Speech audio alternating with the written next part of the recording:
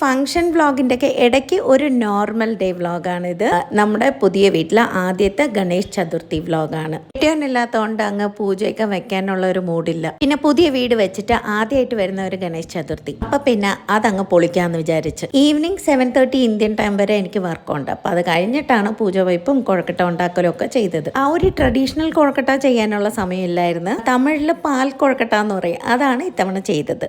പിന്നെ പൂജയ്ക്കുള്ള പൂ ഇല്ലായിരുന്നു. പിന്നെ താഴത്തെ കടയിൽ ചെന്ന് ഞാൻ തന്നെ കുളിച്ചൊരുങ്ങി പോയി വാങ്ങിയിട്ട് വന്നു.